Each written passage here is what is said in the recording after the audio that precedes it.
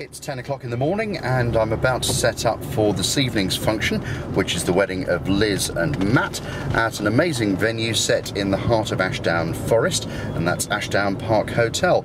Tonight it's slightly different. They want full room uplighting, which obviously I shall guide you through in a little while. They're also having low level lighting rather than the usual overhead rig.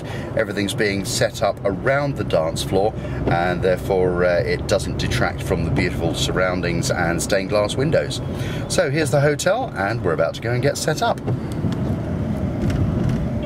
So this is Ashdown Park, a fantastic looking venue as you can see, and here's the rather large organ that I was talking about.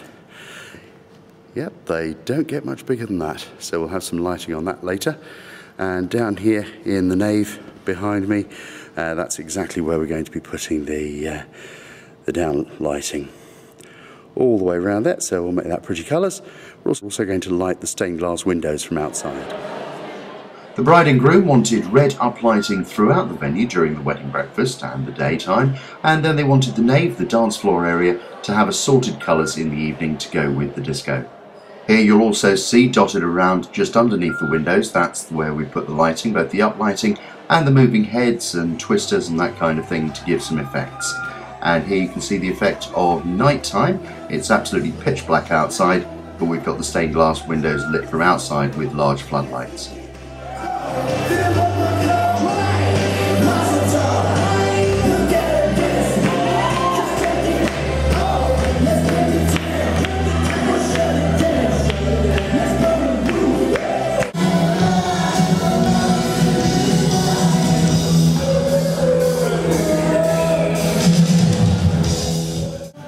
Sometimes, of course, they like to have a band as well as a disco. Here it was low-level lighting, so no big overhead rig, and I also put some lighting on the band, which saved them bringing it in.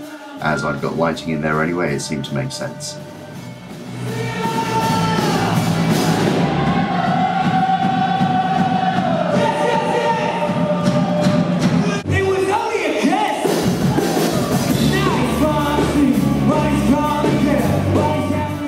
Bride and groom on this wedding wanted purple and blue fading over about 5-10 seconds, so we did that, and we had alternate colours either side of the organ as well.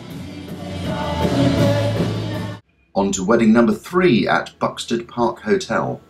Having wheeled the rig through the main hotel to the ballroom, it then just took 42 minutes for 2 of us to complete the setup. They hadn't requested uplighting, but what I did was put a couple of LED uplighters behind the disco just to give a little bit of depth. So this is how we leave the room set up for people as they come in from the wedding breakfast. Although the camera doesn't show it very well, I also use the laser to create a welcome mat as people enter the room. So for the interested techies, let me give you a rundown of exactly what I'm using here. Sound is half the HK Actor system, just minus the extra subs.